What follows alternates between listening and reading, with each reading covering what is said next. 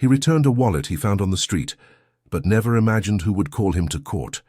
David Thompson felt his world collapse as he received that cold, impersonal legal summons.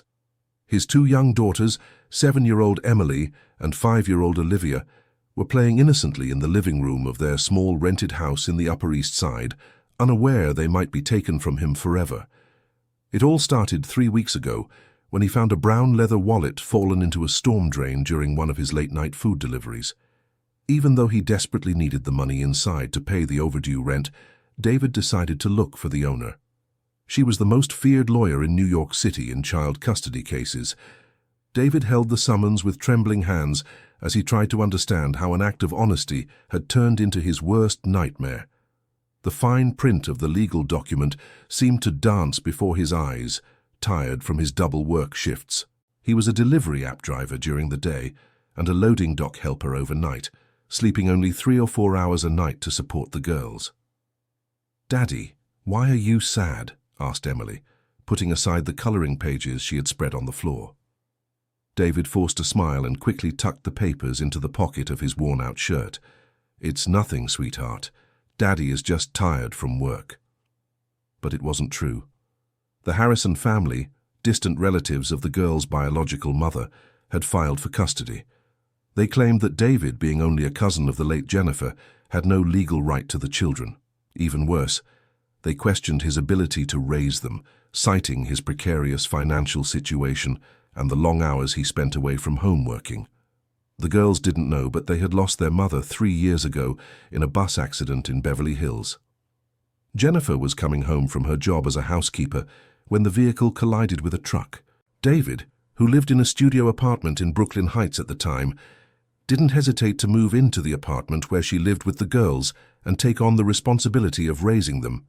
He had never formalized the custody because he didn't know how and didn't have money for a lawyer. That Monday night, after putting the girls to bed, David sat on the tiny balcony of the apartment and tried to understand how it all began. He remembered perfectly the night he found the wallet.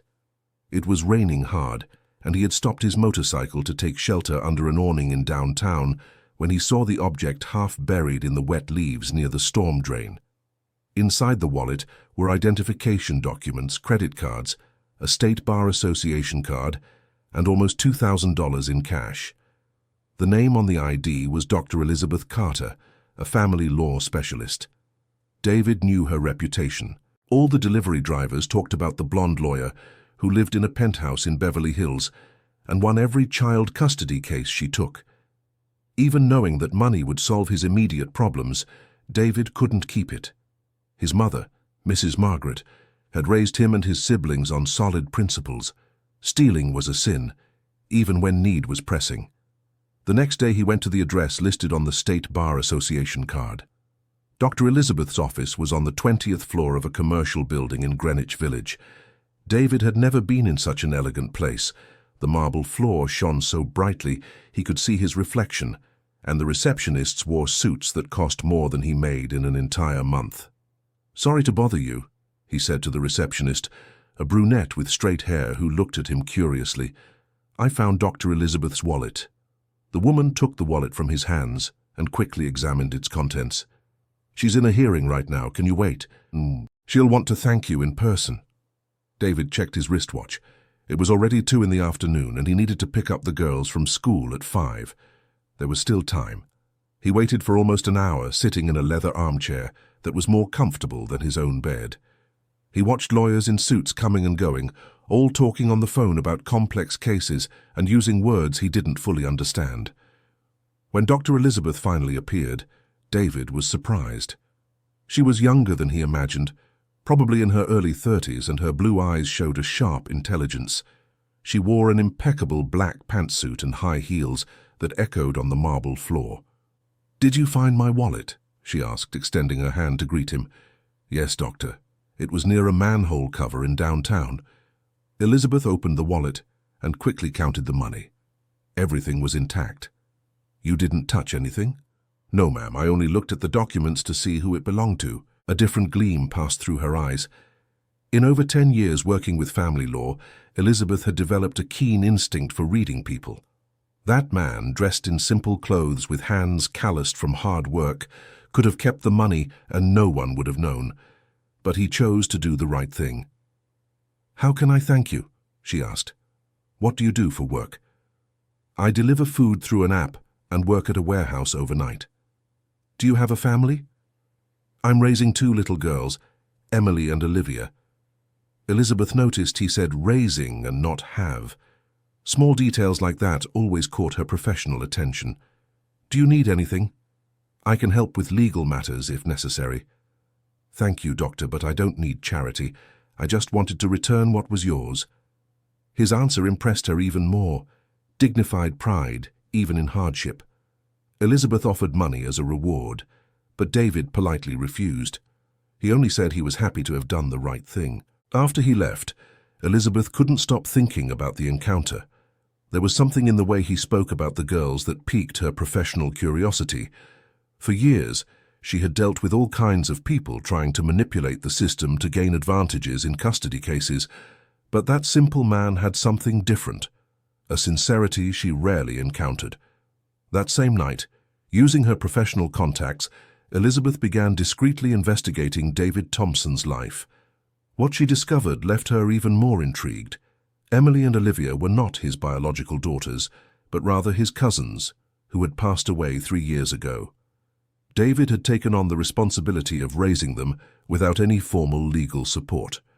The discovery moved Elizabeth deeply for personal reasons. She herself had been fighting for 2 years to gain custody of her 9-year-old niece, Sarah, who lived with her paternal grandparents in questionable conditions in Newark. Sarah's grandparents, Robert and Barbara, had problems with alcohol and often left the girl alone for entire days. But every time Elizabeth tried to intervene, they claimed that she, being single and a workaholic, wouldn't provide a suitable environment for a child. During the following weeks, Elizabeth observed David's routine from afar. She hired a private investigator to discreetly follow him, not with malicious intent, but to better understand that unusual family. The reports she received moved and worried her at the same time. David woke up every day at 5 in the morning, prepared the girls' breakfast, took them to school in Chelsea, and then began his double shift of work. At 5 in the afternoon, he would pick the 2 up from school, help with homework, prepare dinner, and at 8 in the evening would leave again for his night shift at the warehouse. He would get home at 3 in the morning and sleep only a few hours before starting it all over again. The girls were well cared for and clearly loved the man they considered their father. Emily, the eldest, already showed responsibility beyond her years, helping to care for her younger sister. Olivia, despite her young age, was a happy and secure child. Both were good students in school and had friends. The investigator also reported that David never missed school meetings, even if it meant losing work hours. When one of the girls got sick, he would reorganize his entire schedule to care for her. In the investigator's words, "He's a better father than many men who have biological children." Elizabeth knew she was treading on dangerous ethical territory by investigating someone's life without legal authorization. But something in that situation touched her deeply. Perhaps it was the fact of seeing a man struggling alone to keep a family together, exactly as she was trying to do with her niece. The problem was that the investigation also revealed alarming information. The Harrison family, distant relatives of the girl's biological mother, had hired a lawyer to challenge the informal custody David exercised. They claimed to have more legal rights over the children and questioned his ability to raise them properly. Elizabeth discovered that behind the Harrisons' action was a financial matter. Jennifer, the girl's biological mother, had left a small inheritance, a paid-off apartment in Queens worth about $200,000. The Harrisons wanted custody of the girls to gain control over that inheritance until they turned 18. It was a situation she knew well professionally. Relatives who appeared out of nowhere when money was involved, claiming concern for the children's well-being. But Elizabeth also knew that technically, the Harrisons were right from a legal standpoint. David had not formalized custody and had no direct kinship with the girls. Dear listener, if you're enjoying the story, please take a moment to like and especially subscribe to the channel. It helps us a lot as we're just starting out. Now, continuing. The first time Elizabeth saw the whole family together in person was during a school presentation by Emily. She was at the back of the school auditorium when David entered with Olivia in his arms. The two girls ran toward him with radiant smiles, hugging him as if they hadn't seen him in days, though it had probably only been a few hours since he picked them up from school. During the presentation, Elizabeth watched as David filmed every moment with an old cell phone, quietly celebrating each of Emily's successes on stage. Olivia whispered comments in his ear, and he responded with infinite patience even though he was clearly exhausted after another double work shift. When the presentation ended, Elizabeth watched from a distance as the family left the school. David stopped at a small bakery on the way home and let each girl choose a treat. The money he counted out to pay was visibly counted out, but he didn't hesitate to give his daughters that small joy. That night, Elizabeth made a decision that would change the course of all subsequent events. She called David. "Hello?" His voice sounded tired. "David, this is Dr. Elizabeth Carter, the one with the wallet." "Hi, Doctor. Is everything okay? I need to talk to you about an important legal matter. Could you come to my office tomorrow? Did something happen? Did I do something wrong?" "No, it's nothing you've done, but I've learned of a situation that could affect your family. It's better we talk in person." David Thompson agreed, though Elizabeth could hear the worry in his voice. He was probably imagining what kind of legal problem he could be facing. The next day, David arrived at Elizabeth's office wearing his best clothes, a light blue dress shirt that was a bit loose and clean but faded jeans. Elizabeth noticed he had shaved carefully and combed his hair back. "Please, have a seat," she said, pointing to a chair in front of her desk. "Would you like coffee or water?" "I'm fine, thank you. You said it was about a legal matter?" Elizabeth took a deep breath. What she was about to do violated several of her professional rules, but her conscience wouldn't allow her to stay silent. "David, I'll be direct with you. There is a family named Harrison who is filing for custody of your girls." David's face lost all its color. "What? How? Who are these Harrisons?" "They are relatives of Jennifer, the girl's biological mother.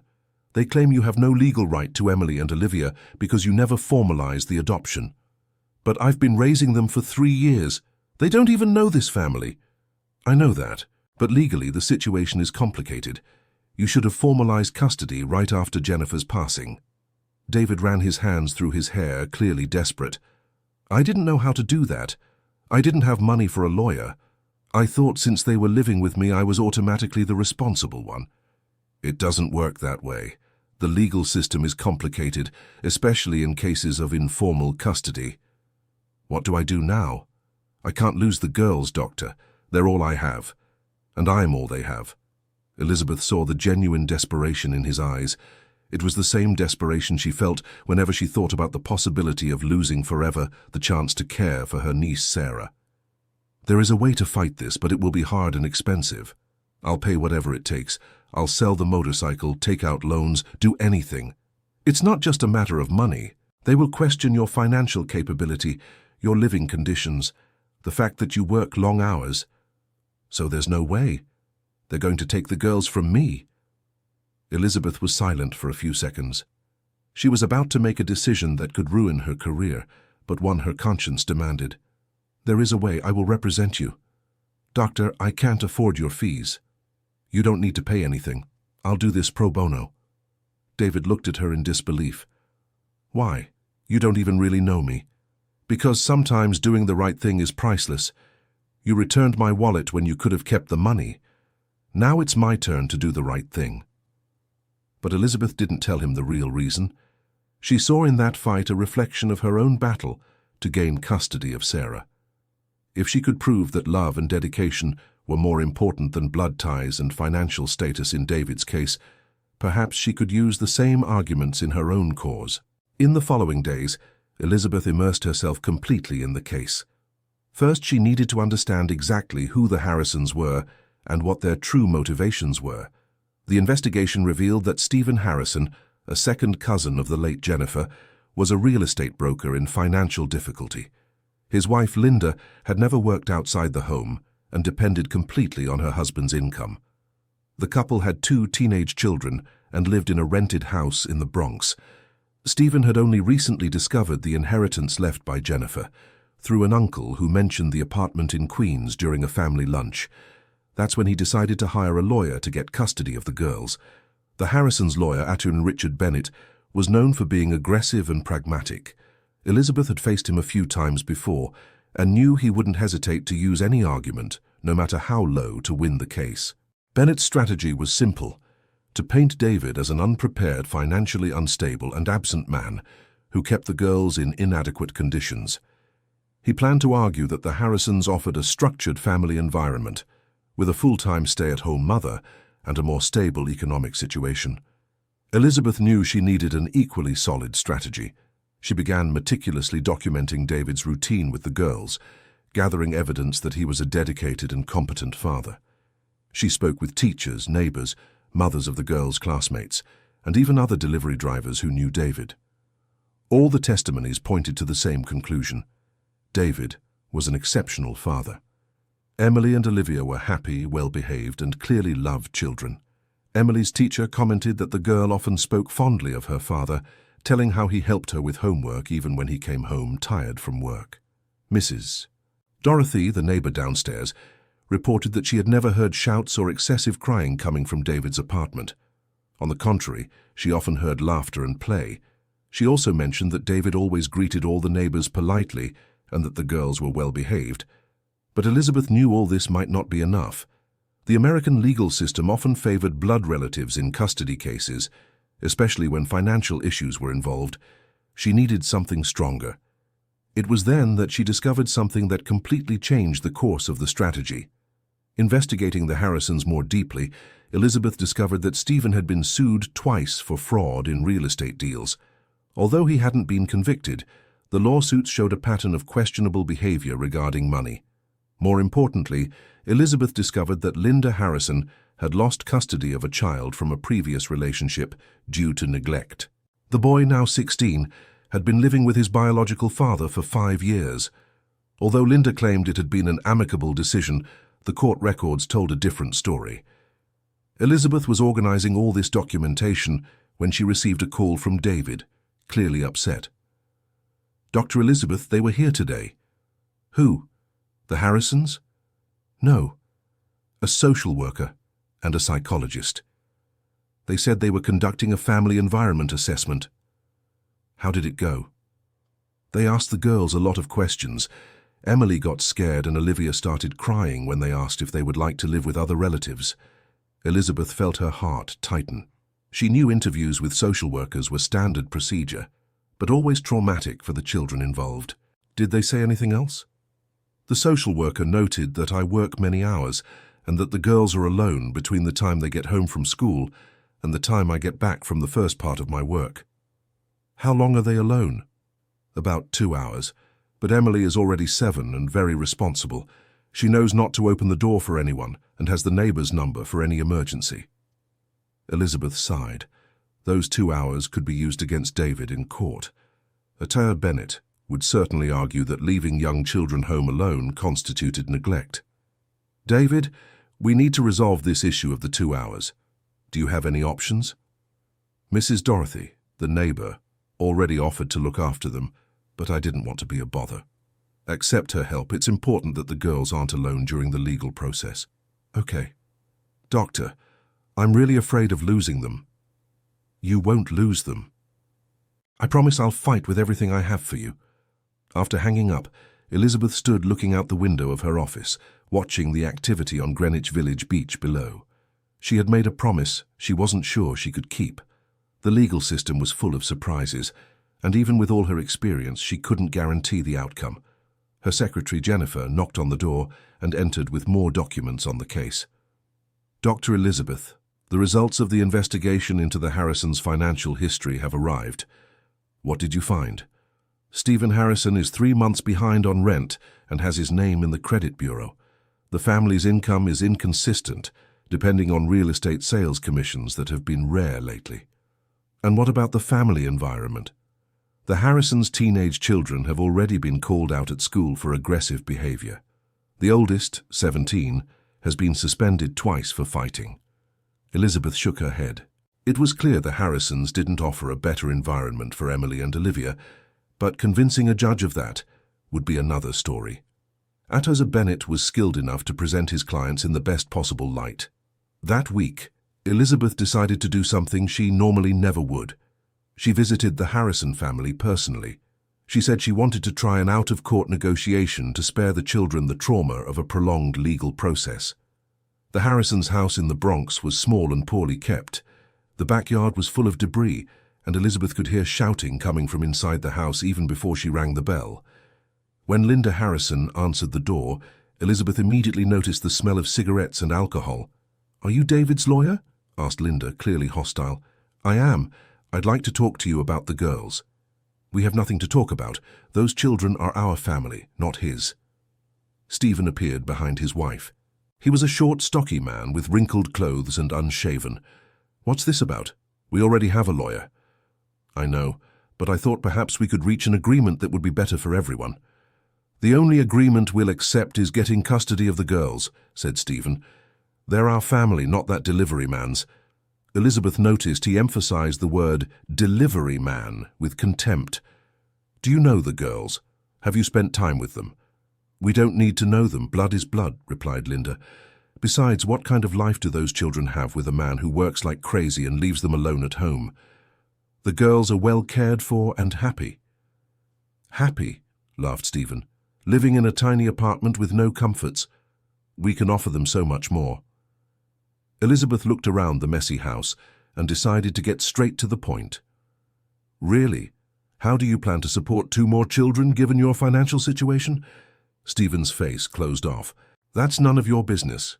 We'll figure it out." "With the girls' inheritance money?" Linda and Stephen glanced at each other quickly, confirming Elizabeth's suspicions. "That money belongs to the girls," continued Elizabeth. "What do you intend to use it for?" "To raise them properly," said Linda, but without conviction in her voice. Elizabeth knew she had seen enough. The Harrisons were clearly interested in the money, not the children's well-being. The problem was proving it in court. "I'll be clear with you," said Elizabeth. "David loves these girls and they love him. You're about to destroy a family for money. That won't bring any good to anyone." "We are their family," insisted Stephen, "and we'll prove it in court." Elizabeth left the Harrisons' house more determined than ever to win the case, but she also knew that determination wasn't enough. She needed a solid legal strategy. That night she worked late preparing her argument. The strategy would be to demonstrate that the child's best interest lay with David, not with the Harrisons. To do this, she would need to prove 3 main things: that David was a competent and dedicated father, that the girls had a solid emotional bond with him, and that the Harrisons did not offer a better environment. Regarding the first point, Elizabeth had abundant documentation. School reports showed that Emily and Olivia were good students, well-adjusted socially, and with no signs of neglect or abuse. Testimonies from neighbors, teachers, and even healthcare professionals who had treated the girls confirmed they were well cared for. The second point would be more challenging. Elizabeth would need a professional psychological evaluation to demonstrate the emotional bond between David and the girls. She hired a family psychologist, Dr. Amanda Rogers, to conduct an independent evaluation. The third point would be where Elizabeth would play her strongest cards: the real situation of the Harrisons and their true motivations. Dear listener, if you're enjoying the story, please take a moment to like and especially subscribe to the channel. It helps us a lot as we're just starting out, now continuing. The psychological evaluation was scheduled for a Thursday afternoon at David's apartment. Dr. Amanda Rogers arrived promptly at 2 o'clock, carrying a folder with games and materials to interact with the children. "Do the girls know I'm going to talk with them today?" asked the psychologist to David. "I explained that a doctor was coming to ask some questions and play with them a little. I tried not to make them nervous." Emily and Olivia were sitting on the small living room sofa, wearing their best little outfits. Emily was holding her younger sister's hand, clearly taking on the role of protector. "Hi, girls," said Dr. Amanda in a soft voice. "I'm Aunt Amanda. I came here to get to know you and play a little." "Are you going to take us away?" asked Olivia in a tiny voice. The question broke the hearts of all the adults in the room. It was clear the girls were already feeling the tension of the situation, even without fully understanding what was happening. "No, sweetie. I just came to talk and get to know you. No one is taking you anywhere." For the next 2 hours, Dr. Amanda observed the girls playing, talked with them individually, and then in a group with David present. She used play therapy techniques, asking them to draw their family and tell stories about their daily life. The drawings were revealing. Emily drew herself, Olivia and David holding hands in front of a small house. When asked where Mommy was in the drawing, she replied, "Mommy went to heaven, but Daddy takes care of us now." Olivia in turn drew David huge in the middle of the paper, with her and Emily tiny on both sides. When asked why Daddy was so big, she said, "Because he protects us from everything." During the individual conversation with Emily, the girl showed surprising maturity for her age. "Emily, what's it like living here with Daddy David?" asked Dr. Amanda. "It's good.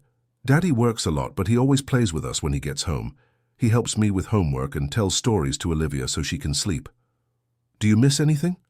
"Sometimes I wish Daddy didn't work so much. He gets tired. And I wish Mommy hadn't gone to heaven, but Daddy said Mommy is always watching over us."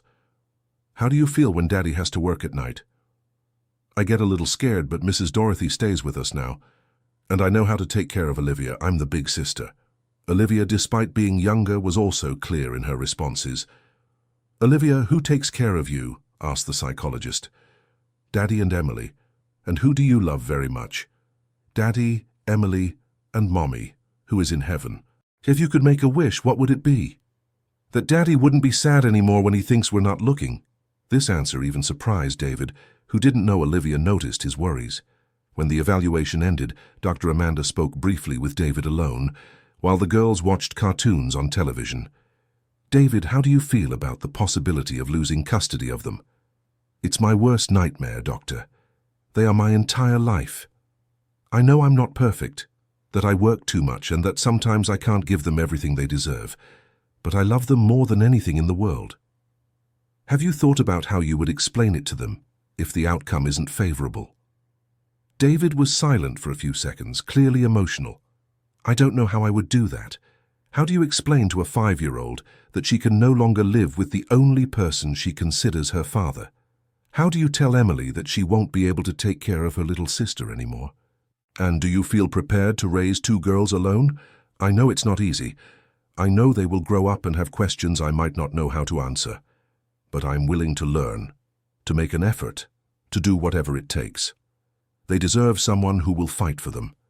By the end of the evaluation, Dr. Amanda had a clear picture of the family dynamic. The bond between David and the girls was genuine and deep. They saw him as their father, and he loved them as his true daughters. More importantly, they felt safe and protected with him. The psychological report Dr. Amanda prepared was one of the most important documents in the case. She concluded that Emily and Olivia had a consolidated socio-affective parental bond with David, and that separating them from him would cause significant psychological trauma and harm to the girls' emotional development. Meanwhile, Elizabeth also arranged for an evaluation of the environment offered by the Harrisons. Through the court, a social worker visited the home in the Bronx and produced a report that was not favorable to the couple.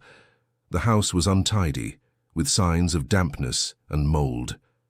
The Harrisons' teenage children were hostile during the visit, and Linda could not adequately answer questions about the specific needs of young children.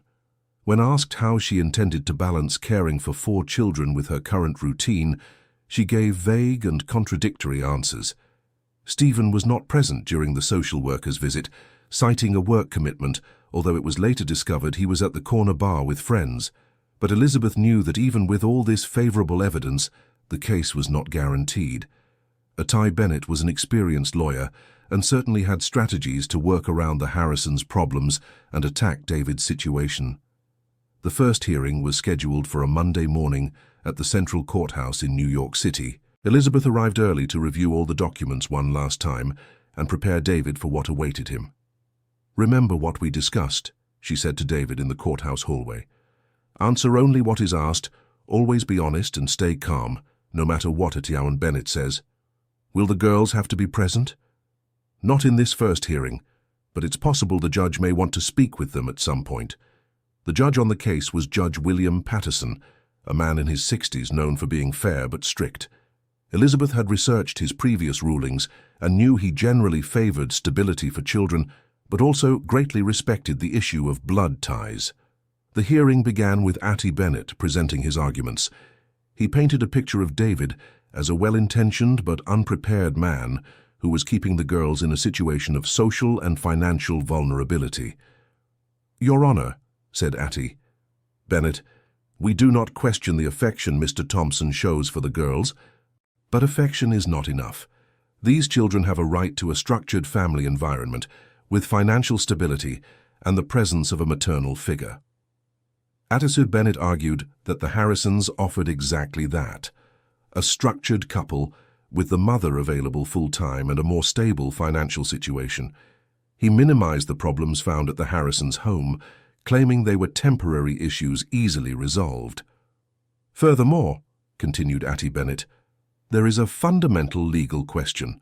The Harrisons are blood relatives of the girls, while Mr. Thompson is only a distant cousin of the deceased mother. The civil code is clear about the preference for blood relatives in custody cases."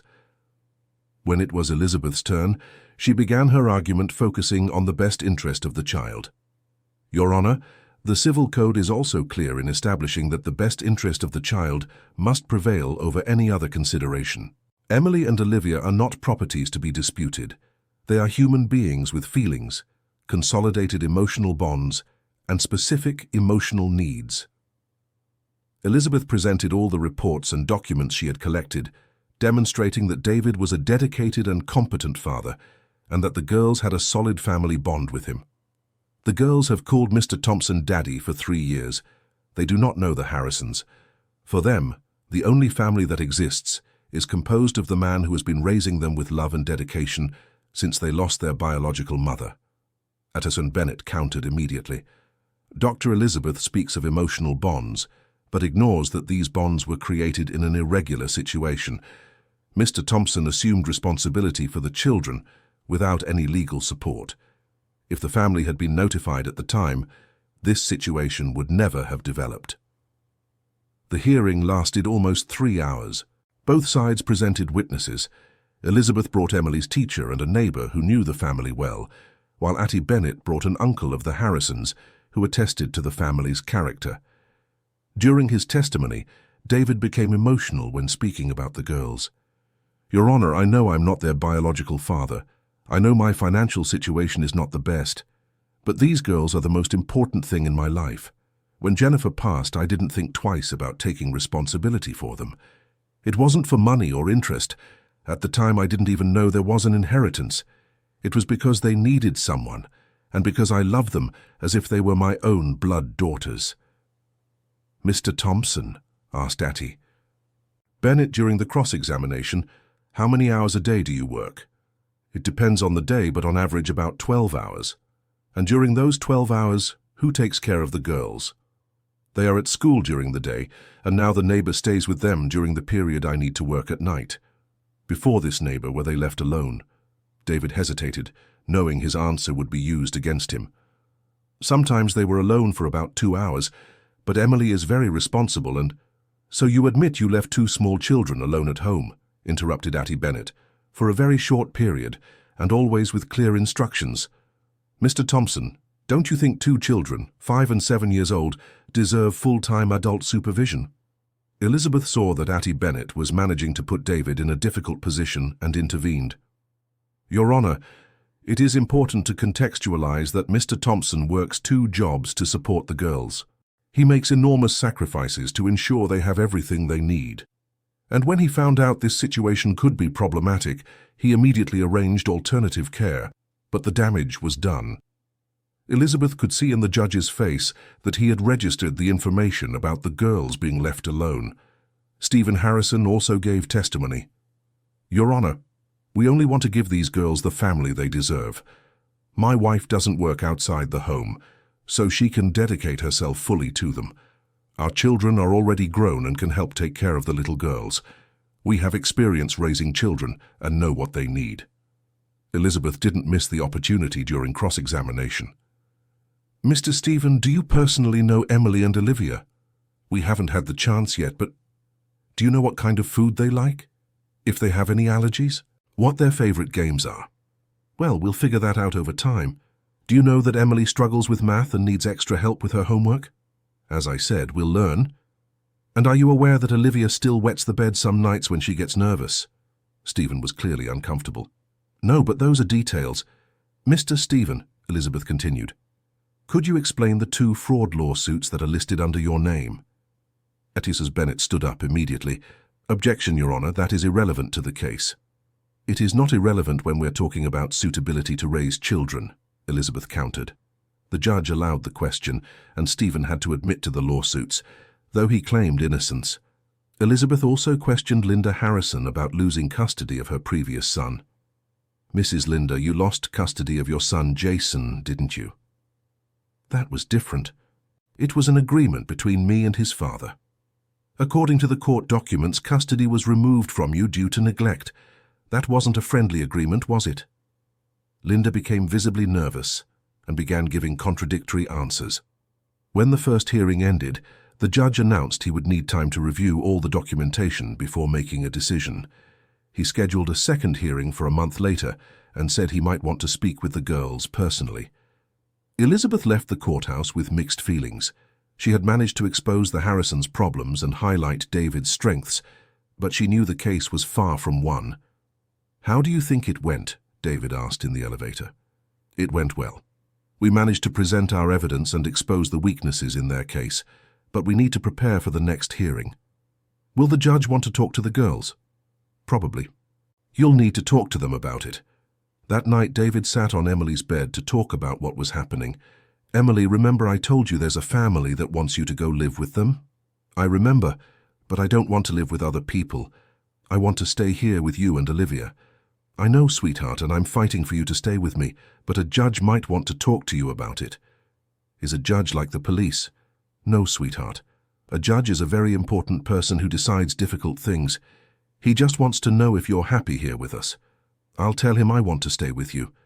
And if he asks if you like me, I'll tell him you're the best daddy in the world, even when you're tired from work. David felt his eyes well up. How do you explain to a 7-year-old that love sometimes wasn't enough in court? In the following days, Elizabeth dove even deeper into the case. She knew she needed something stronger for the next hearing. That's when she decided to investigate the Harrisons' financial situation more thoroughly. Through a private investigator, Elizabeth discovered that Stephen had made several inquiries to real estate agencies about the value of the apartment left by Jennifer. He had also sought information on how to proceed with the sale of properties on behalf of minors. Even more damning, Elizabeth discovered that Linda had commented to a neighbor that with the money from the sale of the apartment, they could pay off their debts and still do some renovations on the house. This information confirmed that the Harrisons' interest was not the girls' well-being, but rather control over their inheritance. Elizabeth also decided to do something risky. She asked an independent psychologist to speak with the Harrisons' teenage children. What she discovered was disturbing. Brandon, 17, said clearly that he didn't want 2 brats living in his house and that his parents were only interested in the money. Tyler, 15, confirmed his brother's version and added that his mother had said that with the girls' money, they could move to a better place. With this new information, Elizabeth felt more confident for the second hearing, but she did not expect the bombshell that Atticus Bennet had prepared. 3 days before the second hearing, David received a call from Elizabeth. David, we have a problem. What happened? Atticus Bennet obtained a visitation order. The Harrisons will have the right to visit the girls before the next hearing. What do you mean? They've never seen these people in their lives. I know. I tried to stop it, but the judge felt it would be important for the girls to meet the petitioners before the final decision. What if the girls don't want to? Unfortunately, it's not optional, but it will be a supervised visit in a neutral setting. The visit was scheduled for a Saturday afternoon at the Child Protective Services office in the Upper East Side. Elizabeth would be present, along with a social worker and a psychologist. David spent the entire week trying to prepare the girls for the meeting without frightening them. Remember I told you about that family who wants to meet you? He said during dinner. We don't want to meet anyone, Emily replied immediately. I know, sweetheart, but sometimes we have to do things we don't want to. It's just a quick visit. Are they going to take us away? Asked Olivia, clearly scared. No, sweetheart, it's just for them to talk with you a little bit. On the Saturday of the visit, David was more nervous than the girls themselves. He dressed Emily in her favorite pink dress and Olivia in a little yellow outfit that made her look even smaller. The Child Protective Services office had a special room for this type of meeting, with toys and children's books. When the Harrisons arrived, Emily immediately hid behind David, while Olivia began to cry softly. "Hi, girls," said Linda in a forced, cheerful voice. "We're your aunt and uncle." The girls did not respond. Emily just held David's hand tighter. "How about you come over here and play with us?" Stephen tried. "We don't want to," murmured Emily. The psychologist present tried to facilitate the interaction. "Emily, Olivia, how about you show the toys to your aunt and uncle?" But the girls refused to move away from David. After 15 minutes of frustrated attempts, Linda lost her patience. "These girls are very rude. It's obvious they haven't been taught to respect adults." The remark was a terrible tactical error. The social worker noted everything, and Elizabeth saw an opportunity. "Mrs. Linda, the girls are nervous because they've never seen you before. It's natural for them to take time to feel comfortable." "In my house, they'll learn manners quickly," Linda replied. Emily, who had been quiet until then, finally spoke. "I don't want to live in your house. I want to stay with my daddy." "He's not your real daddy," said Stephen. "We are your real family." Olivia started crying louder, and David couldn't stay quiet any longer. "They are little children. They don't need to go through this." "Stay out of this," Stephen shot back. "You have no right over these girls." The tension in the room became palpable. The social worker decided to cut the visit short, stating the children were too stressed. When they left Child Protective Services, Emily was still clinging to David's leg. "Daddy, we don't have to live with them, right?" "No, sweetheart. Daddy will do everything so you can stay with me." But internally, David was terrified. What if the judge decided the Harrisons had a legal right to the girls? How would he explain to two children that they'd have to leave the only life they'd ever known? Elizabeth, on the other hand, left the visit more optimistic. The Harrisons' behavior had been revealing. They clearly didn't know how to handle children and showed impatience and a lack of sensitivity. More importantly, the girls' reaction was unequivocal. They completely rejected the Harrisons. At the second hearing, a week later, the atmosphere was even more tense. Attiber Bennett had decided to bring the Harrisons to try and make a good impression on the judge. Stephen was dressed in his best suit, though he still seemed uncomfortable. Linda wore a dress that clearly wasn't her usual style and too much makeup. Judge Patterson began the hearing by asking about the supervised visit. How was the meeting between the children and the petitioners? The social worker who had accompanied the visit was called to testify. "Your Honor, the children showed extreme discomfort in the presence of the Harrisons. They refused to interact and were visibly distressed throughout the encounter." "And how did the petitioners react to this situation?" "They showed impatience with the children's behavior and made inappropriate comments about their upbringing." Attiber Bennett tried to minimize the impact of the testimony. "Your Honor, it's natural for children to be nervous in a first meeting with relatives they don't know. That doesn't mean that with time they wouldn't develop a healthy relationship. But Elizabeth was prepared for this argument. Your Honor, I have brought today the testimony of the psychologist who observed the visit.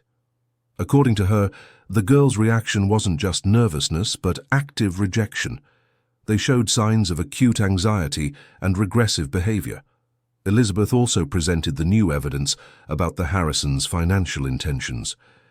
I have here documents proving that the petitioners made inquiries about selling the apartment left by Jennifer even before filing for custody. Attiber Bennett protested immediately. That is an illegal investigation into my client's private life.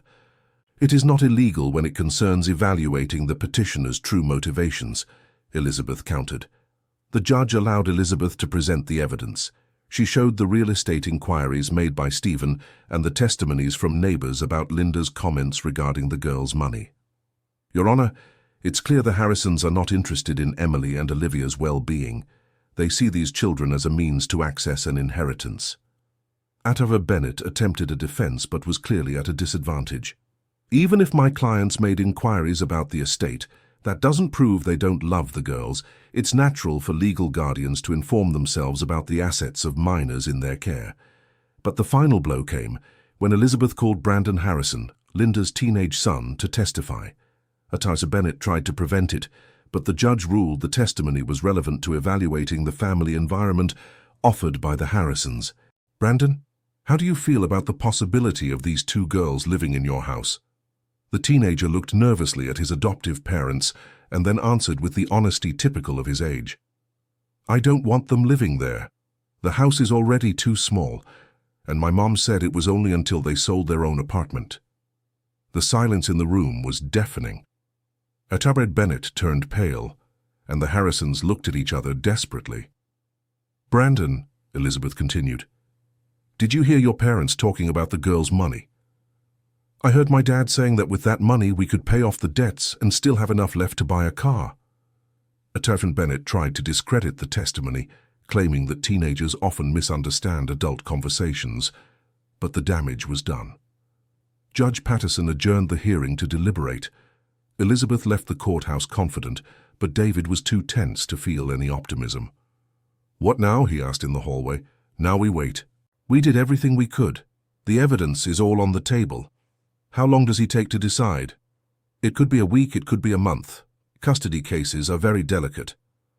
In fact, Judge Patterson only took 3 days to make his decision. On Thursday morning, Elizabeth received a call from the clerk's office informing her that the ruling was ready. Elizabeth went to get the document alone. She wanted to read everything before telling David the result. When she opened the official envelope, her hands trembled slightly. The ruling was 4 pages long, meticulously reasoned. Elizabeth quickly read the first paragraphs until she reached the final decision. In light of the foregoing, I grant the petition for permanent custody in favor of David Thompson, granting him legal custody of Emily Silver and Olivia Silver, with all the rights and duties inherent to parental authority. Elizabeth closed her eyes and sighed with relief. They had won. The reasoning of the ruling was clear. The judge understood that the children's best interest was with David, who had proven to be a dedicated and competent father. The Harrisons' attempt was rejected based on evidence that their motivations were primarily financial and that they did not offer a suitable family environment. Elizabeth immediately called David. David? It's Elizabeth. Are you sitting down? Why? Did the decision come?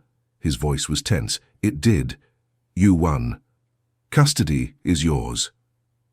On the other end of the line, Elizabeth heard a silence followed by a sob. David was crying. Dr. Elizabeth, thank you so much. Thank you so very much. You deserve it, David. You all deserve it. Can the girls know now? They can. The decision is final. Emily and Olivia are officially your daughters now. When David told the girls the news that afternoon, Emily jumped into his lap shouting with joy. Olivia, not fully understanding what had happened, just knew she didn't have to worry anymore about being separated from Daddy. Now no one can ever separate us? Asked Emily. Never again, sweetheart. Now it's official. You are my daughters forever. That night, after putting the girls to bed, David called Elizabeth. Doctor, how can I ever thank you for everything you've done for us? You don't need to thank me for anything. It was an honor to fight for you. But I want to do something. You saved our family. Elizabeth was silent for a few seconds. There was something she wanted to tell David, but she didn't know if it was appropriate. David, can I confess something? I didn't help you just out of altruism. I was also fighting for my own family. How so? I have a niece who lives with neglectful grandparents. For years I've been trying to get custody of her, but the system always favors the grandparents for being closer relatives. When I saw your case, I realized that if I could prove that love and dedication were more important than blood ties, maybe I could use the same arguments for Sarah. And did you succeed? Not yet. But now I have legal precedent. Your victory could pave the way for mine. So we helped each other.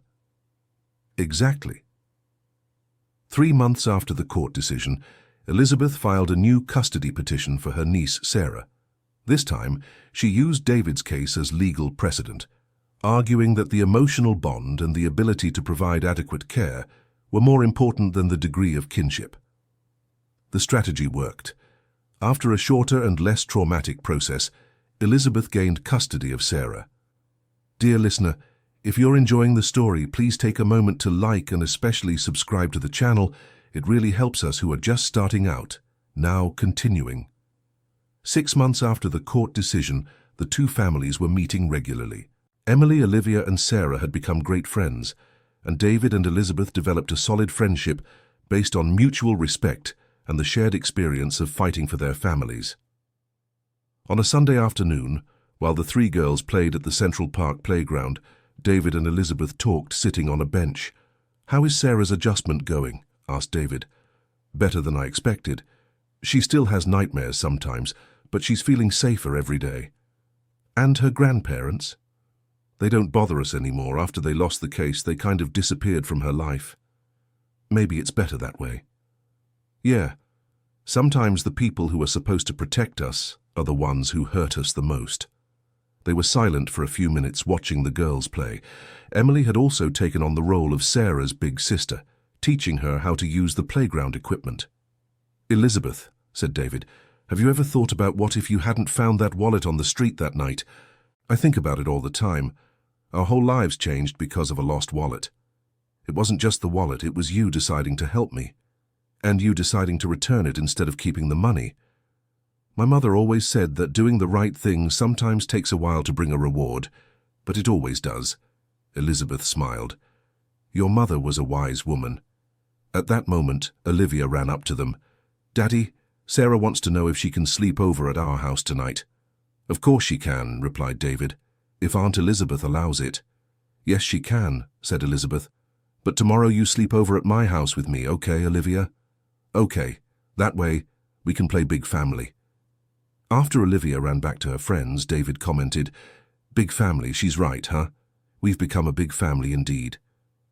It's true. 3 children who gained stability, 2 adults who learned that family isn't just about blood. "Elizabeth, can I ask a personal question?" "Of course. Did you never want to have children of your own?" Elizabeth was thoughtful for a few seconds. "I did when I was younger, but life took me down other paths. Today I see that maybe my destiny was really to care for children who needed a second chance. Like Sarah. Like Emily and Olivia in a way.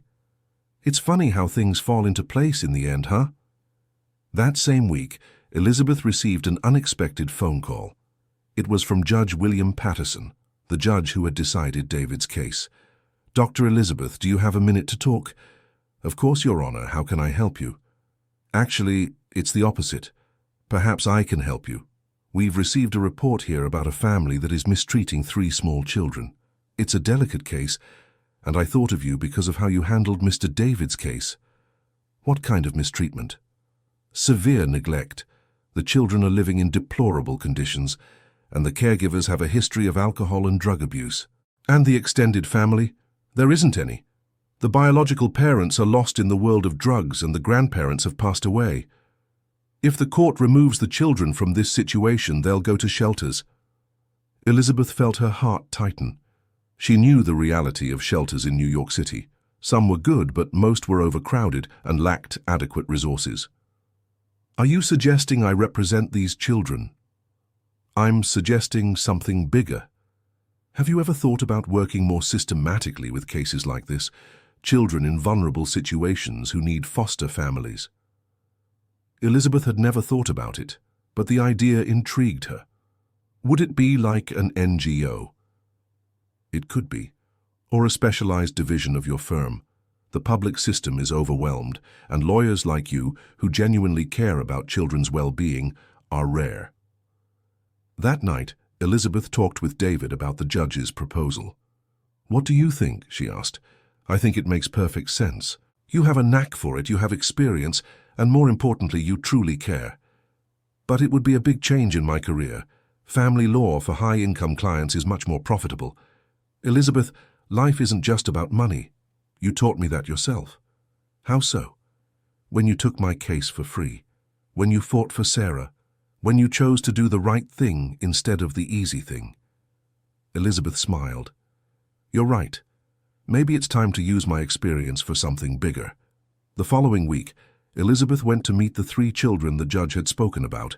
They were temporarily in a shelter: Nathan, 8 years old, Ashley, 6, and Ethan, just 4. The children were clearly traumatized. Nathan, the oldest, took on the role of protector for his younger siblings and distrusted any adult who approached. Ashley was a girl too quiet for her age, with sad eyes that seemed to have seen things no child should ever see. Ethan, the youngest, had regressive behaviors and trouble sleeping. Elizabeth spent the entire afternoon at the shelter, trying to gain the children's trust. It wasn't easy. They had learned not to trust adults' promises. "Nathan," said Elizabeth, "you take good care of your little siblings, don't you?" "Someone has to," replied the boy, hugging Ashley protectively. "Do you want to keep living together with them?" "Forever. We only have each other." Nathan's answer broke Elizabeth's heart. It was exactly the same determination she had seen in David, to keep Emily and Olivia together. That night, Elizabeth made a decision that would once again change the course of her life. She filed for custody of the 3 children. The decision even surprised David. "Elizabeth, are you sure about this? They're 3 traumatized children. It's going to be a lot of work." "I know, but they need someone to fight for them. And I learned from you that sometimes life puts us in the right place at the right time to make a difference." "And your work?" "I'll reorganize everything. I'll focus on cases like these, children who need lawyers who care more about the outcome than the fees." The custody process for Nathan, Ashley, and Ethan was more complex than David's and Sarah's. The children had deep traumas that required intensive psychological follow-up. Nathan had constant nightmares and episodes of aggression. Ashley refused to speak to adults she didn't know well, and Ethan wet the bed every night. But Elizabeth was determined. She completely reorganized her life and her home to accommodate the 3 children. She hired a psychologist specialized in childhood trauma and drastically reduced her workload to dedicate herself to the family. The first months were extremely difficult.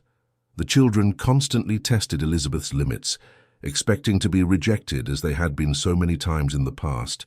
Nathan ran away from home twice, always returning on his own after a few hours. Ashley developed an obsessive behavior of compulsively cleaning everything. Ethan would cry for hours without apparent reason. It was David who provided the most important support for Elizabeth during this period. He would take Emily, Olivia, and Sarah to visit the 3 children regularly, creating an environment of normalcy and acceptance. "How do you manage to stay so patient?" Elizabeth asked David one particularly difficult afternoon after Nathan had another angry outburst. "I remember they're not being difficult on purpose. They're just trying to protect themselves the only way they know how. Sometimes I wonder if I've bitten off more than I can chew." "Elizabeth, you saved 3 lives. That's no small thing. What if I'm not good enough for them? What if they need more than I can give? Then you'll find a way to be better. That's what we do when we love someone." The decisive moment in the children's adaptation happened almost 6 months after they came to live with Elizabeth. Ethan had woken from nightmares once again and was crying inconsolably in the middle of the night. Elizabeth went to calm him when Nathan appeared at the bedroom door. "He was always afraid of the dark," Nathan said. "I used to make up stories to help him sleep." "Do you want to try tonight?" Elizabeth asked. For the first time since he had arrived, Nathan let his guard down. He sat on Ethan's bed and began to tell a story about 3 brave siblings who lived in a magical castle where no one could ever hurt them. As Nathan spoke, Ashley appeared silently at the door. Elizabeth motioned for her to come closer. Soon the 3 children were together on Ethan's bed, with Elizabeth sitting in a chair beside them, all listening to Nathan's improvised story. That night, for the first time, Ethan slept through the night without nightmares. And for the first time since they had arrived, the 3 children showed they were beginning to feel safe. From that moment on, the family dynamic began to gradually change. Nathan started helping Elizabeth with household chores, taking on responsibilities appropriate for his age. Ashley began to talk more, first in whispers, then in a normal voice. Ethan stopped wetting the bed and started calling Elizabeth Aunt Elizabeth instead of just Mom. During this period, Elizabeth also established her new work model. She kept only a few high-income clients to ensure financial stability, but dedicated most of her time to cases involving children in vulnerable situations. She created a small NGO called Legal Family, which offered free legal services for families like David's and for children who needed lawyers specialized in family law. David became one of the NGO's main collaborators, not as a lawyer, but as a living example that love and dedication could overcome any legal obstacle. 1 year after the creation of Legal Family, the NGO had already helped 15 families achieve legal regularization and secured permanent homes for 23 children in the shelter system. The story had gained traction in the local media. Newspapers and television programs began seeking out Elizabeth and David for interviews about their successful cases. They always accepted, hoping their stories could inspire others to make a difference in the lives of vulnerable children. It was during one of these interviews that Elizabeth met Dr. Charles Anderson, a retired pediatrician who had recently lost his wife and was looking for a way to use his time and experience to help children. Dr. Charles had watched Elizabeth's interview on television and became interested in collaborating with Legal Family. He offered his medical services free of charge to the children served by the NGO and proposed creating a program for medical and psychological follow-up for families in the process of adaptation. Dr. Charles's collaboration was transformative. Many of the children served by the NGO came from situations of medical neglect and needed specialized care that their families could not afford. Nathan, for example, discovered he had vision problems that had never been diagnosed. With proper glasses, his performance in school improved drastically, and some of his aggression diminished because he was no longer frustrated by not being able to see properly. Ashley was diagnosed with chronic anxiety stemming from the traumas she had suffered. With proper psychological follow-up and, during some periods, mild medication, she began to develop socially and make friends at school. Ethan, the youngest, needed speech therapy because he had developed a speech delay due to the neglectful environment he lived in before. With proper therapy, he was soon speaking normally for his age. 2 years after the start of this collaboration, Legal Family had become a reference in family law focused on vulnerable children. Elizabeth had managed to assemble a team of 5 lawyers who worked pro bono or for symbolic fees. The NGO had also expanded its services, offering not only legal representation, but also psychological, medical, and educational support for the families served. The case that marked the consolidation of the NGO's reputation was that of a family of 6 siblings who had been separated by the child protection system. The siblings, aged between 4 and 15, were placed in different shelters across the city because no foster family wanted to adopt so many children at once. Elizabeth and her team worked for 8 months to find a solution that would keep the siblings together. The solution came from an unexpected source, a retired couple who had lost their 3 adult children in a car accident 5 years earlier. Joseph and Mary Johnson were in their 60s and had a farm in upstate New York where they raised horses. They had sought out Legal Family after seeing a news report about the 6 siblings on television. "We have the space, we have love to give, and we know what it's like to lose family," said Joseph during the first conversation with Elizabeth. "If these boys need a place to stay together, we would like to offer our home." The adaptation process for the 6 siblings was complex but successful. The farm offered an environment completely different from what they were used to, space to run, animals to care for, and the constant presence of Joseph and Mary, who had time and patience for each of them. The transformation of the children was remarkable. The oldest, who had developed premature leadership behaviors from having to care for his younger siblings, could finally behave like a normal teenager. The younger ones discovered the joy of having responsible and caring adults looking after them. This particular case caught the attention of national organizations working with child protection. Elizabeth was invited to speak at conferences and seminars on family law in several cities across the country. During one of these lectures in Los Angeles, Elizabeth met Judge Barbara Wilson, a family court judge who was developing a pilot project to expedite adoption processes in the United States. "Dr. Elizabeth, your work in New York is exactly what we need to implement on a national scale," said Judge Barbara after the lecture. "Have you ever thought about expanding Legal Family to other states?" "I have, but we always run into the issue of resources and structure. What if there were federal government support for it?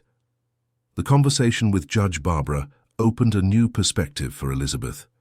In the following months, they worked together to create a project that could be presented to the Department of Social Services. The project proposed the creation of a national program for free legal advocacy for vulnerable children, based on the legal family model. It would be a network of specialized lawyers, psychologists, social workers, and doctors working in a coordinated way to ensure no child was left without proper legal representation. Meanwhile, David Thompson's life had completely stabilized. Emily, now 10 years old, was one of the best students in her class and had developed an interest in dance. Olivia, 8 years old, showed artistic talent and spent hours drawing. David had managed to organize his financial situation better. With the formalization of custody, he gained access to the resources from Jennifer's inheritance to invest in the girl's education. He also managed to reduce his workload, keeping only his daytime job as a delivery driver and investing in a small home-cooked food business that operated from home on weekends. Sarah, who was now 12, had become a confident and well-balanced teenager. She helped Elizabeth with the younger children and often expressed interest in pursuing a legal career to help kids like us, as she put it. Nathan, Ashley, and Ethan were fully integrated into Elizabeth's family. Nathan, now 11, was a natural leader among all the children in the expanded group that had formed. Ashley, 9 years old, had discovered a passion for reading and dreamed of becoming a teacher. Ethan, 7 years old, was a cheerful and sociable child with no traces of the traumas from his childhood. The two families remained very close. Weekends were often spent together, whether at the beach, in parks, or at each other's homes. The children considered themselves true brothers and sisters, forming an extended family united by love and the shared experience of overcoming adversity.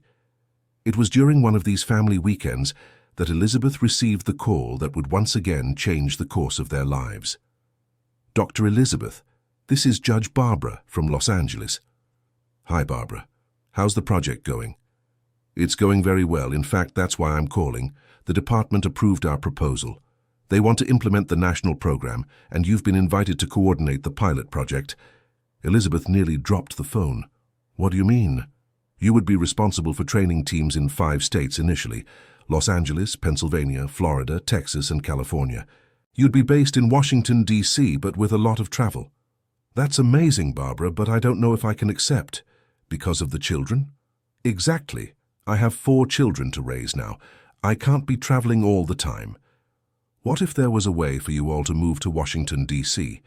The position comes with all federal benefits, including quality education for the children and support structures for employees' families."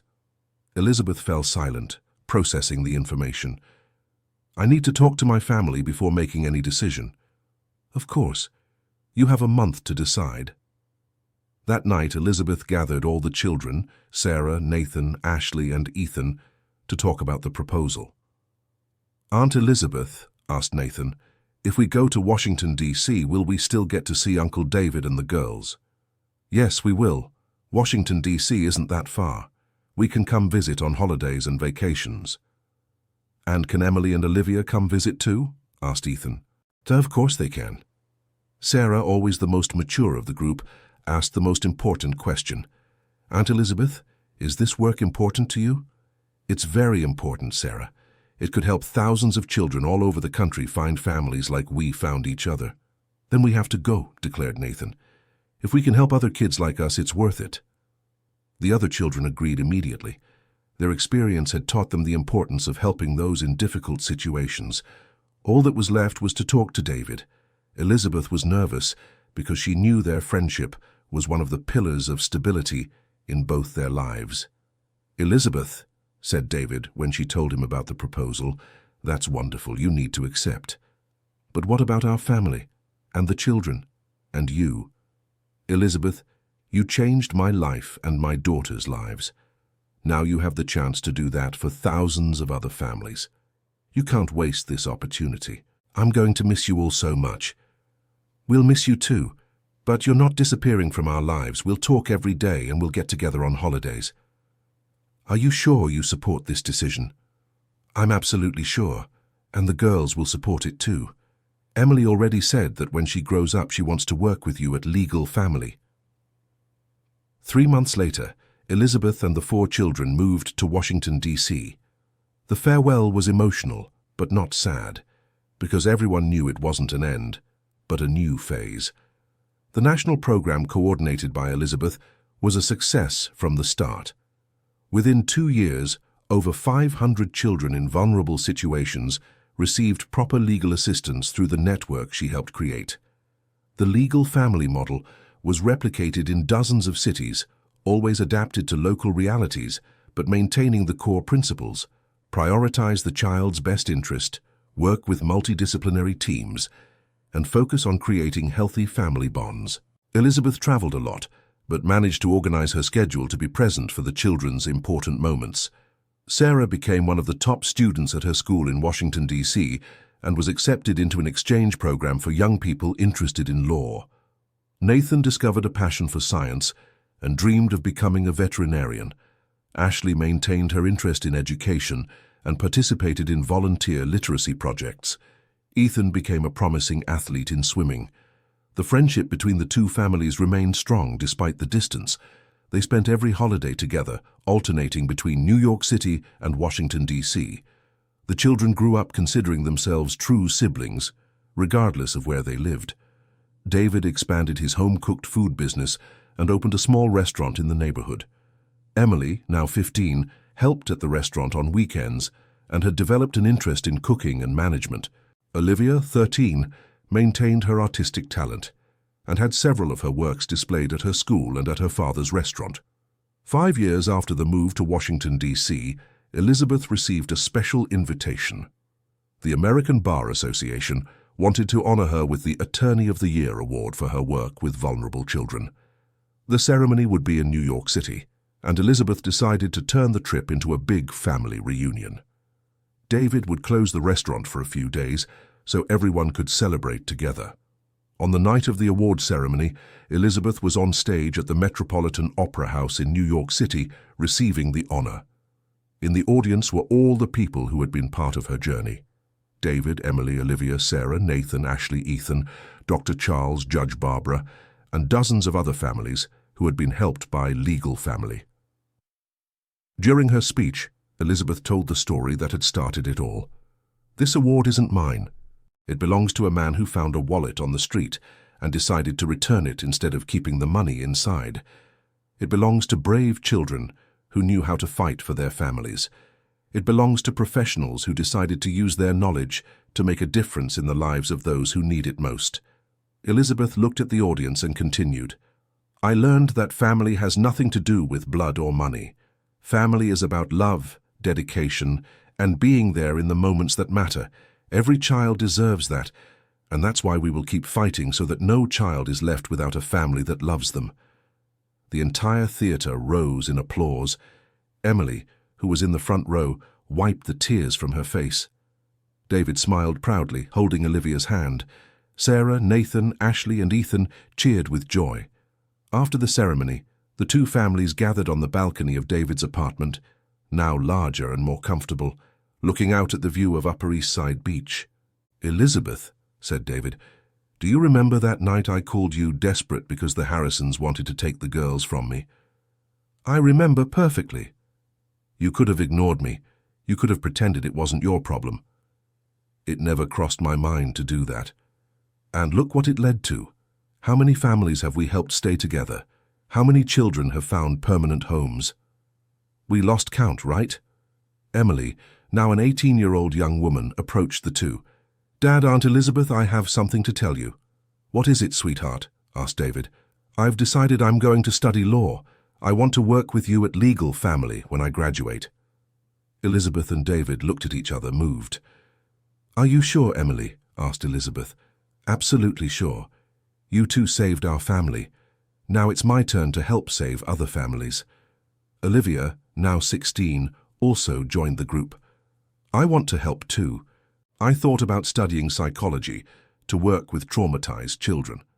Sarah, who was listening to the conversation, declared, "Well, then it really will be a family firm. I'm already in my 2nd year of law school. Nathan wants to be a veterinarian to care for the children's animals. Ashley is going to be a teacher, and Ethan is still deciding between being a professional swimmer or a lawyer too. David began to laugh. Guys, do you want to turn legal family into a family business? Why not, replied Emily. That's what family is, people who love each other and work together to do good. Elizabeth looked at all those people who had become her family over the years. Each had come into her life unexpectedly, but all had fit perfectly into the puzzle her existence had become. You know what? Said Elizabeth. I think that's exactly what we're going to do. We're going to turn legal family into a real family business. A family that dedicates its life to helping other families. That night, as the children played and talked in the living room, Elizabeth and David stayed on the balcony looking at the stars. Elizabeth, have you ever thought where we'd be today if you hadn't decided to help me? I think about it every day. You probably would have lost the girls. I never would have gotten custody of Sarah. Nathan, Ashley, and Ethan would be in shelters or with families that didn't understand them. And hundreds of other children wouldn't have found their families. It's amazing how one simple decision can change so many lives, right? It wasn't a simple decision, Elizabeth. It was a courageous decision. You risked your career, your reputation, your entire life to do the right thing. Just like you risked everything to return a wallet that could have solved your financial problems. They were silent for a few minutes, watching the movement on the beach below. David, said Elizabeth, do you regret anything? Regret? Elizabeth, I have 2 wonderful daughters, an extended family that I love, a thriving business, and the satisfaction of knowing I helped change lives. How could I regret anything? And you? Do you regret anything? The only thing I regret is not having met you all sooner. Imagine how many years of happiness we lost before we became a family. But maybe we weren't ready before. Maybe we needed to go through everything we went through to get here. Could be. What matters is that we made it. 10 years had passed since that night on the balcony. Legal Family had become one of the leading child protection organizations in the United States, with offices in every state and international partnerships. Emily graduated from law school and took over as coordinator of the New York City branch. Olivia became a child psychologist and created an innovative art therapy program for traumatized children. Sarah specialized in international law and managed to establish partnerships with child protection organizations in other Latin American countries. Nathan became a veterinarian and created an animal-assisted therapy program for children in shelters. Ashley graduated in education and developed special methodologies to teach children who had been through traumatic situations. Ethan decided to become a lawyer and specialized in adolescent rights. Elizabeth, now internationally recognized for her work, had received offers to work with United Nations organizations, but always refused. Her priority was to keep the family together and continue the work in the US. David Thompson turned his small restaurant into a chain of 5 establishments that employed people in socially vulnerable situations. He also created a professional training program for parents fighting for custody of their children, offering courses in cooking, customer service, and basic administration. Throughout all these years, the Harrisons never bothered the family again. Stephen had legal troubles for other frauds and ended up serving time. Linda moved to another city and lost contact with the family. The apartment inherited by the girls was sold when Emily turned 18, and the money was divided equally between her and Olivia to fund their college education. The story of the lost wallet became a legend in the American legal community. It was often told in law schools as an example of how small ethical actions can have transformative consequences. In 2035, exactly 15 years after the first meeting between Elizabeth and David, Legal Family celebrated having helped more than 10,000 children find permanent families. The celebration was held in the same theatre where Elizabeth had received her first major honor. This time, however, it was Emily on stage, announcing the organization's expansion to Portuguese-speaking African countries. This organization was born from the meeting between an honest man and a courageous woman, Emily said to those present. My father taught me that doing the right thing is always worth it. Elizabeth taught me that sometimes We need to risk everything to defend those who cannot defend themselves. Today, 15 years later, we continue to believe that every child deserves a family that loves them, and we will keep fighting for that. In the audience, David and Elizabeth watched proudly. Around them were hundreds of people whose lives had been touched by the work of Legal Family, families that had been formed, children who had found homes, professionals who had discovered their calling to serve.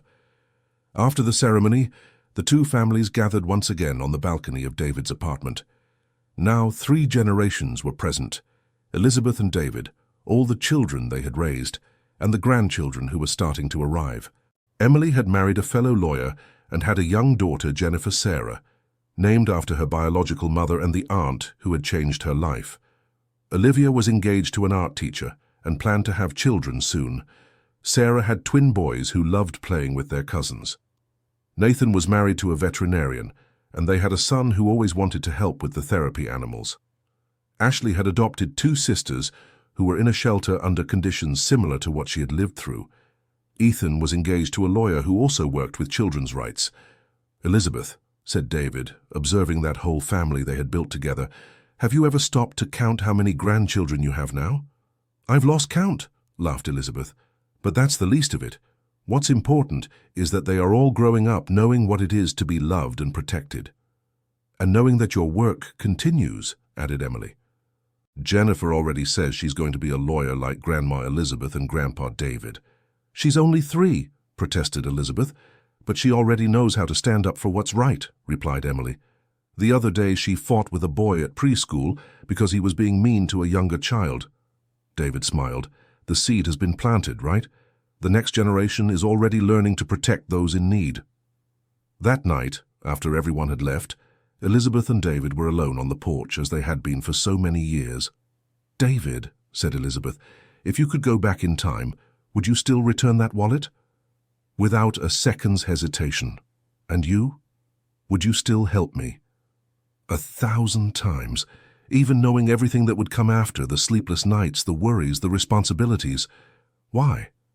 Because I learned that life only has meaning when we live for something bigger than ourselves. Our children, the families we help, the future we're building, that's bigger than any individual difficulty. David was thoughtful for a few seconds. "You know what amazes me most about this whole story?" "What?" "That it all started with a simple choice between right and wrong. I could have kept that money. You could have ignored me when I needed help. Each of us could have chosen the easy path. But we chose the hard path. And we discovered the hard path is the one that leads to the best rewards." Elizabeth looked at the photos scattered around the porch, portraits of all the children who had passed through their lives, all the families they had helped, all the happy moments they had shared. "David, do you think our story is special?" "I think our story is proof that special stories can be born from very simple moments: a lost wallet, an ethical choice, a meeting at the office. And they show that small actions can have enormous consequences." "Exactly. How many people over the years have failed to do the right thing because they thought it was too small to matter? And how many stories like ours never happened because of that?" They fell silent once more, watching the city lights below. "Elizabeth," David finally said, "thank you." "Thank you for what?" "For turning a moment of despair in my life into the beginning of the greatest adventure I've ever lived." "David, I'm the one who should thank you. You taught me there's something more important than a successful career, a life with purpose. We taught each other a lot, didn't we? And we're still teaching, our children, the families we help, ourselves." When Elizabeth returned to Washington, D.C. the next day, she carried with her not just the memories of another wonderful family gathering, but also the certainty that she had made the right decisions in life. In the years that followed, the story of the lost wallet continued to inspire people across the country and beyond. It was adapted into children's books, school plays, and even a documentary about the American Child Protection System. But for Elizabeth, David, and the whole family they had built together, the true reward was not in the public recognition. It was in the smiles of children who found permanent homes, in the tears of joy of parents who managed to keep their families together, and in the certainty that every small act of kindness and courage could plant the seed of extraordinary transformations. The lost wallet had become much more than a forgotten object on a rainy street. It had become a symbol that doing the right thing, even when it's difficult, is always worth it, and that sometimes the greatest treasure we can find is not money or recognition, but the opportunity to make a difference in the lives of those who need it most. End of story. And so, dear listeners, what did you think of this moving story? Tell us in the comments if you would make the same choice that David and Elizabeth made. If you found a wallet on the street, would you return it even if you needed the money? And if you were a lawyer, would you help someone for free? Your sincere words move us and motivate us to keep bringing stories that touch the heart. Don't forget to leave a like and, most importantly, subscribe to the channel so you don't miss other touching stories like this one.